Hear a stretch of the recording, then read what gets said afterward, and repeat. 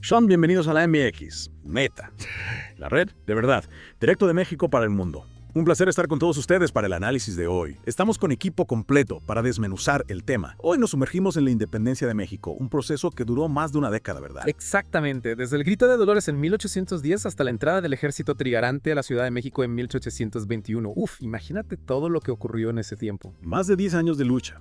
Para entenderlo mejor, revisemos las causas, los personajes clave y el impacto que tuvo esta guerra. Empecemos por el contexto. A principios del siglo XIX. México está bajo el dominio español, o sea, era la Nueva España. Y aunque era un territorio rico y vasto, la sociedad era profundamente desigual. ¿Cómo era esa desigualdad? Porque me imagino que no todos estaban en el mismo nivel, ¿no? Para nada. Piensa en una pirámide, arriba estaban los españoles peninsulares, los que habían nacido en España. Debajo de ellos, los criollos, que eran españoles nacidos en México. Y en la base de la pirámide estaban los mestizos y los indígenas. Ya. Y aunque los criollos podían ser ricos e ilustrados, no tenían acceso a los puestos más altos en el gobierno. Eso fue un factor para la independencia. Sin duda, los criollos estaban frustrados. Tenían la riqueza, la educación, pero no el poder. Y para colmo, las ideas de libertad e igualdad de la Revolución Americana y la Revolución Francesa estaban llegando a Nueva España. Claro. Inspirando a muchos. Imagínate el impacto de esas ideas en una sociedad tan jerárquica. Imagínate. Personajes como José María Morelos y Miguel Hidalgo se empaparon de esos ideales y empezaron a cuestionar el orden establecido. Y justo cuando la tensión estaba en su punto máximo, Napoleón invade España en 1808. Qué momento tan crucial. ¿Cómo afectó esa invasión a Nueva España? Fue un terremoto político. Se creó un vacío de poder en Nueva España y la incertidumbre se apoderó del virreinato. Se formaron juntas locales de gobierno y los criollos vieron la oportunidad de exigir más autonomía. Pero no creo que los españoles estuvieran dispuestos a ceder tan fácilmente, ¿verdad? Exacto. Y ahí es donde surgen las conspiraciones. Grupos de criollos, incluyendo a Hidalgo y Allende, empezaron a planear levantamientos en Valladolid y Querétaro para tomar el control. ¿Y qué hay de la famosa conspiración de Querétaro? Esa que se reunía en secreto en la casa del corregidor Miguel Domínguez y su esposa, Josefa Ortiz de Domínguez. Esa misma. Estuvieron muy cerca de lograr su objetivo, pero fueron descubiertos. Y la respuesta de Hidalgo, Sí. el cura de Dolores, cambió el curso de la historia. El Grito de Dolores, qué momento tan icónico. El 16 de septiembre de 1810, Hidalgo llama a la libertad y con eso da inicio a la Guerra de Independencia. Ese grito resonó en todo México y movilizó a miles de personas. Es fascinante cómo un solo evento puede desencadenar una revolución. Totalmente. Y lo que es aún más fascinante es cómo la guerra se desarrolló en 4 fases distintas, ¿no? Empezamos por la primera. Por supuesto, la primera fase la llamamos de iniciación.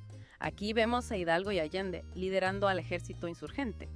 Obtienen victorias iniciales, toman ciudades importantes y atraen a miles de seguidores. Hidalgo, en particular, era muy popular entre indígenas y campesinos, ¿cierto? He leído que lo veían como un líder que realmente entendía sus necesidades. Sí, su mensaje resonaba con la gente. Pero a pesar de su popularidad, la falta de organización y estrategia militar les jugó en contra. Y al final, ambos fueron capturados y ejecutados en 1811. Un golpe duro para el movimiento, ¿no crees? Un golpe duro, sin duda. Pero la lucha por la independencia no murió ahí. Con la muerte de Hidalgo se inicia la segunda fase, la fase de la organización y definición. ¿Y quién toma las riendas en esta fase? Aquí entra José María Morelos, un antiguo alumno de Hidalgo. Morelos era un líder militar brillante, pero también un visionario, con ideas muy progresistas. Morelos. Me suena que este personaje le dio un giro interesante a la lucha. Sin duda. Bajo su liderazgo, el movimiento se vuelve más organizado y empieza a definir sus objetivos con mayor claridad.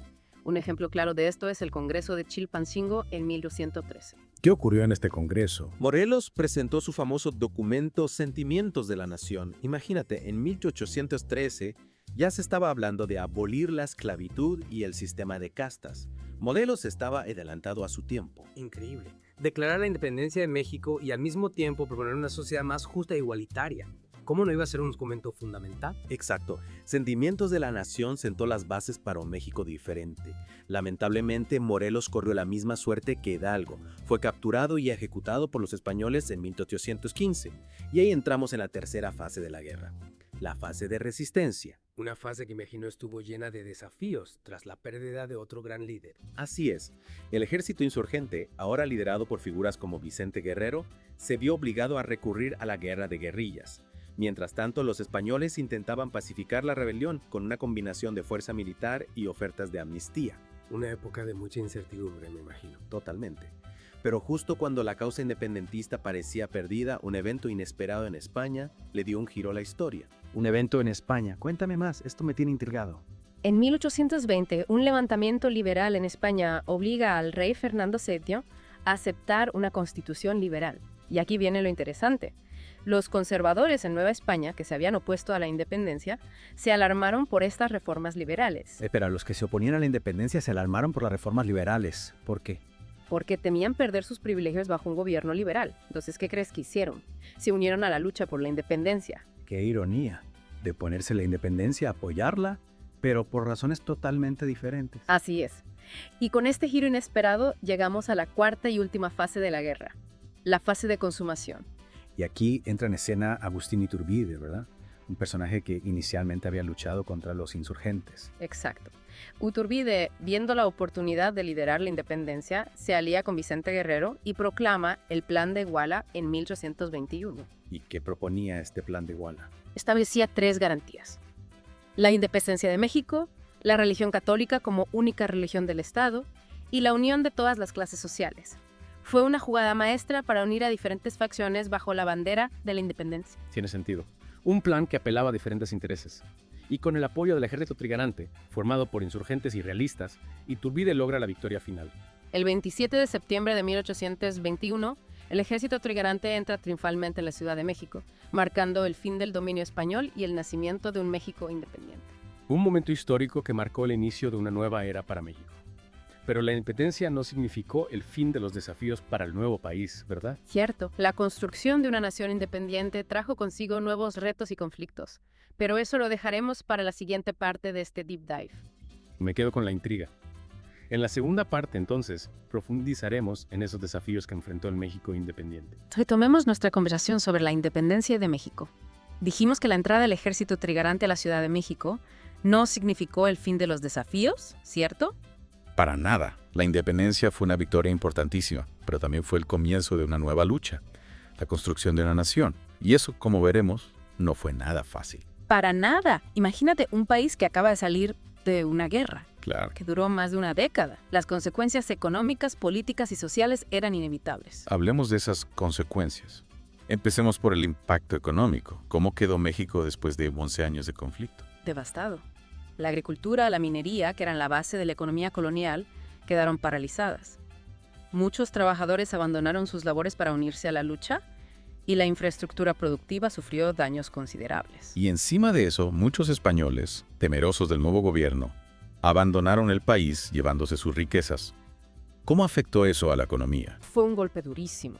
Se produjo una fuga de capitales, el gobierno se quedó con pocos recursos y tuvo que tomar medidas drásticas, como emitir papel moneda. ¿Y qué pasó? Inflación, devaluación. Un panorama complicado. Y en el ámbito político, ¿cómo se vivió esa transición a la independencia? Imagínate, la independencia unió a grupos con ideologías muy diferentes. Sí. Todos estaban de acuerdo en expulsar a los españoles, pero una vez logrado eso, las diferencias ideológicas volvieron a surgir, y con fuerza. ¿Qué tipo de diferencias? Había quienes, como Iturbide, querían una monarquía. Otros, inspirados por Estados Unidos, defendían una república. Y dentro de esos grupos también había divisiones entre centralistas y federalistas que discutían sobre cómo organizar el nuevo Estado. Entiendo. Un escenario perfecto para inestabilidad política. Exacto. Los primeros años de México independiente estuvieron marcados por golpes de Estado, levantamientos y una constante rotación de gobiernos. De hecho, ¿sabías que en los 30 años posteriores a la independencia, México tuvo cerca de 50 gobernantes? 50 gobernantes en 30 años. Es una cifra asombrosa. Lo es. Y esa inestabilidad política hizo muy difícil consolidar la nación y resolver los problemas heredados de la colonia. Hablando de Iturbide, recordemos que él, a pesar de haber luchado contra los insurgentes al principio, terminó aliándose con ellos y proclamó el Plan de Iguala. Sí, una jugada estratégica que le permitió capitalizar el deseo de independencia y presentarse como el líder unificador. Y tras la entrada triunfal del ejército trigarante, Iturbide fue proclamado emperador de México en 1822. Pero su imperio no duró mucho, ¿verdad? ¿Qué pasó? Su estilo autoritario, sus intentos de centralizar el poder generaron resistencia entre los republicanos y federalistas.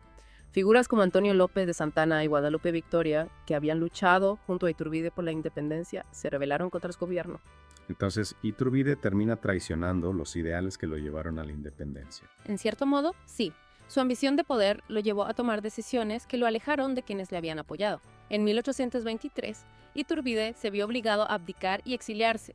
Su imperio, un intento fallido de establecer una monarquía en México, marcó el inicio de la República. Y con la caída de Iturbide se celebraron las primeras elecciones en México, ¿correcto? Así es.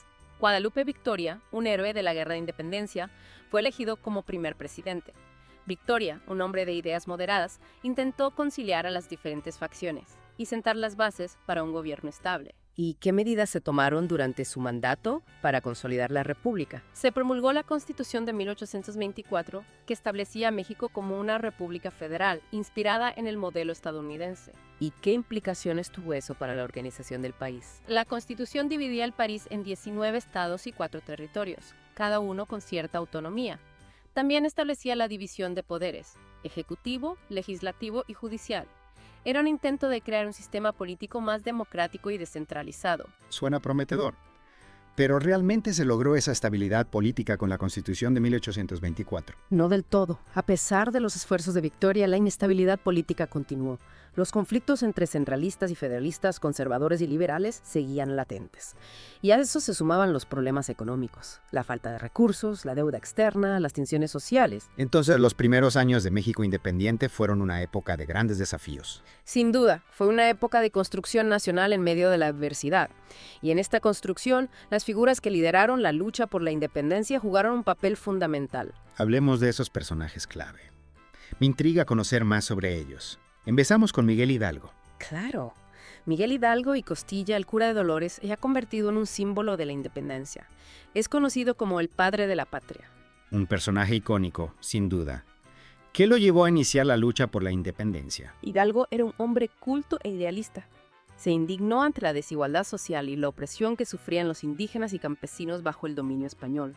Su famoso grito de Dolores, un llamado a la libertad y a la justicia, resonó en todo México. Ese grito movilizó a miles de personas. Hidalgo se convirtió en un líder para los sectores más desfavorecidos, ¿verdad? Sí, su mensaje de liberación y justicia social atrajo a un gran número de seguidores. Y a pesar de su falta de experiencia militar, Hidalgo logró importantes victorias en las primeras etapas de la guerra. Pero al final fue capturado y ejecutado. ¿Cómo impactó su muerte al movimiento independentista? Fue un golpe muy duro, pero su legado, su valentía y su compromiso con la justicia social lo convirtieron en un mártir de la independencia. Su figura inspiró a otros líderes como José María Morelos a continuar la lucha. Morelos, el antiguo alumno de Hidalgo. Mencionaste que era un líder militar brillante y un visionario político. Exacto. Morelos tenía una visión más clara de los objetivos de la independencia. En su documento, Sentimientos de la Nación, expuso su proyecto para un México independiente, justo e igualitario. Hablamos de este documento en la primera parte. Abolir la esclavitud, eliminar el sistema de castas, igualdad de derechos para todos los mexicanos, ideas revolucionarias para su época. Sin duda, Morelos era un pensador adelantado a su tiempo. Lamentablemente también fue capturado y ejecutado por los españoles en 1815. Otra gran pérdida para el movimiento independentista. ¿Y quién continuó la lucha después de la muerte de Morelos? Vicente Guerrero, el líder guerrillero que mantuvo viva la llama de la independencia durante la fase de resistencia. ¿Qué sabemos de Guerrero? Era un hombre de origen humilde, mestizo, según algunas fuentes. Demostró una gran tenacidad y un profundo compromiso con la causa independentista. Cuando el movimiento insurgente se vio debilitado tras la muerte de Morelos, Guerrero mantuvo la lucha en el sur del país, utilizando tácticas de guerrilla para hostigar a los españoles.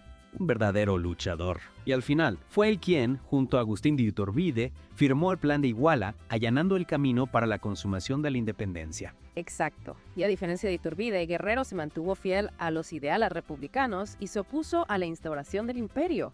Tras la caída de Iturbide, apoyó la elección de Guadalupe Victoria como primer presidente de México. Guerrero, un hombre de convicciones firmes, un ejemplo de resistencia y perseverancia. Y finalmente hablemos de Agustín de Iturbide, el personaje que quizás genera más controversia. Iturbide es un personaje complejo. Inicialmente combatió a los insurgentes, pero en 1821 cambió de bando, viendo la oportunidad de liderar la independencia y obtener el poder. Su plan de Iguala fue clave para unir a diferentes facciones, ¿no? Sí, fue una estrategia inteligente. Proclamar la independencia de México, mantener la religión católica, unir a todas las clases sociales, era un plan que podía atraer a muchos. Y al frente del ejército trigarante, Iturbide consumó la independencia. Pero su ambición lo llevó a proclamarse emperador, lo que finalmente le costó el apoyo de muchos. Exacto, su imperio fue efímero y autoritario. Terminó abdicando y exiliándose en 1823. Iturbide es un ejemplo de cómo la historia a veces se teje con hilos de oportunismo y pragmatismo. Un personaje fascinante, sin duda. Y todos estos personajes, cada uno con sus luces y sombras, encarnan la complejidad del proceso de independencia. Así es. La independencia de México no fue un evento aislado, sino el resultado de un largo proceso histórico, que involucró a diversos actores sociales, intereses políticos y corrientes ideológicas. Comprender este proceso, con sus contradicciones y sus complejidades, es fundamental para entender el México de hoy. Totalmente de acuerdo. La independencia, más que un punto de llegada, fue un punto de partida. Un nuevo comienzo, lleno de desafíos, pero también de oportunidades. Y en la tercera parte de este Deep Dive, exploraremos el legado de la independencia y cómo sus ideales y contradicciones siguen presentes en el México contemporáneo. Un legado que nos invita a reflexionar sobre el pasado, comprender el presente y construir un futuro más justo e igualitario. Continuemos explorando la independencia de México, ahora enfocándonos en su legado. Un legado complejo, multifacético, que sigue dando forma a México hasta el día de hoy. Sí, porque la independencia no solo significó el fin del dominio español, también abrió un nuevo capítulo en la historia de México, ¿no? Exacto. Un capítulo lleno de posibilidades, pero también de desafíos. Exacto. Y nos invita a reflexionar sobre cómo los ideales de la independencia, cómo la libertad, la igualdad y la justicia social se han reflejado en la realidad mexicana a lo largo de los siglos. Y analizar cómo las contradicciones, los conflictos que surgieron durante el proceso independentista todavía resuenan en el México actual. ¿Por dónde empezamos? Comencemos con uno de los legados más importantes, la formación de una identidad nacional mexicana, algo que empezó a gestarse durante la lucha contra España. Sí. Cuando los diferentes grupos sociales de la Nueva España se unieron bajo la bandera de la independencia. Es interesante cómo la necesidad de un enemigo común, en este caso el Imperio Español, forjó un sentimiento de unidad y pertenencia a una nueva nación. Precisamente. Y a través de símbolos como la bandera, el himno nacional y las figuras de los héroes independentistas, se fue construyendo una identidad mexicana, una narrativa que unía a los mexicanos en torno a un pasado común. Pero imagino que esa construcción de la identidad nacional no fue un proceso sencillo, ¿no? Para nada. La identidad mexicana que se promovió en las décadas posteriores a la independencia tendía a idealizar el pasado prehispánico y a minimizar el legado español y africano. ¿Y eso qué implicaciones tuvo? Se creó una narrativa que exaltaba la figura del indígena como símbolo de la nación, pero al mismo tiempo marginaba a las comunidades indígenas en la vida política y social. Una tensión entre la retórica de la inclusión y la realidad de la exclusión que lamentablemente ha sido una constante en la historia de México. Un tema complejo y que sigue vigente. Y hablando de temas complejos, no podemos olvidar la abolición de la esclavitud y la eliminación del sistema de castas, logros fundamentales que sentaron las bases para una sociedad más justa e igualitaria. Sin duda. Recordemos que Miguel Hidalgo abolió la esclavitud en uno de sus primeros decretos en 1810 y que la Constitución de 1824 ratificó esta abolición. Un avance enorme, pero realmente se tradujo en una igualdad real para los afrodescendientes. Lamentablemente no. Aunque la abolición de la esclavitud fue un paso fundamental, el racismo y la discriminación hacia los afrodescendientes persistieron. Su historia y sus aportes a la cultura mexicana han sido invisibilizados durante mucho tiempo. Es importante reconocer que la lucha por la igualdad racial sigue vigente en México. La herencia de la esclavitud y la discriminación todavía está presente en la sociedad actual. Totalmente de acuerdo. Y hablando de legados que siguen generando debate, está la cuestión del centralismo versus el federalismo. La Constitución de 1824 estableció a México como una república federal, pero esa decisión no estuvo exenta de controversias. ¿En qué sentido? Los centralistas querían un gobierno central fuerte, mientras que los federalistas defendían una mayor autonomía para los estados. Un debate que ha estado presente a lo largo de la historia de México, con momentos de mayor centralización y otros de mayor descentralización. Y esa tensión entre centralismo y federalismo sigue presente, ¿no? Claro. La búsqueda de un equilibrio entre la unidad nacional y la autonomía regional sigue siendo un desafío para México. Sin duda. Y por último, no podemos hablar del legado de la independencia sin mencionar la inestabilidad política que caracterizó a las primeras décadas de México independiente. Recuerda que en los 30 años posteriores a la independencia, México tuvo cerca de 50 gobernantes. Una muestra clara de la fragilidad del sistema político. Exacto. Golpes de Estado, levantamientos, guerras civiles fueron una constante en el siglo XIX, lo que dificultó la consolidación de la nación y la construcción de un Estado de Derecho. ¿Cuáles fueron las principales causas de esa inestabilidad? En parte, se debió a la falta de consenso sobre la forma de gobierno y a la lucha por el poder entre las élites, pero también a los problemas económicos, la desigualdad social, la debilidad de las instituciones. Es importante recordar que la independencia no resolvió mágicamente todos los problemas del país, ¿no? Abrió un periodo de transición complejo y turbulento, en el que se sentaron las bases del México moderno, pero que también estuvo marcado por la violencia, la incertidumbre y la búsqueda de un camino propio. Así es. El legado de la independencia es un mosaico de logros y desafíos, de luces y sombras.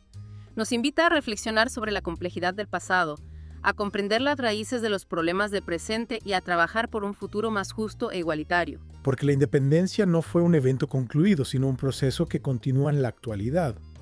Un proceso que nos interpela a todos los mexicanos a construir un país más libre, más justo y más próspero. Un país que honre el sacrificio de aquellos que lucharon por la independencia y que aspira a realizar sus ideales. Fue un enorme placer. Nos escuchamos pronto.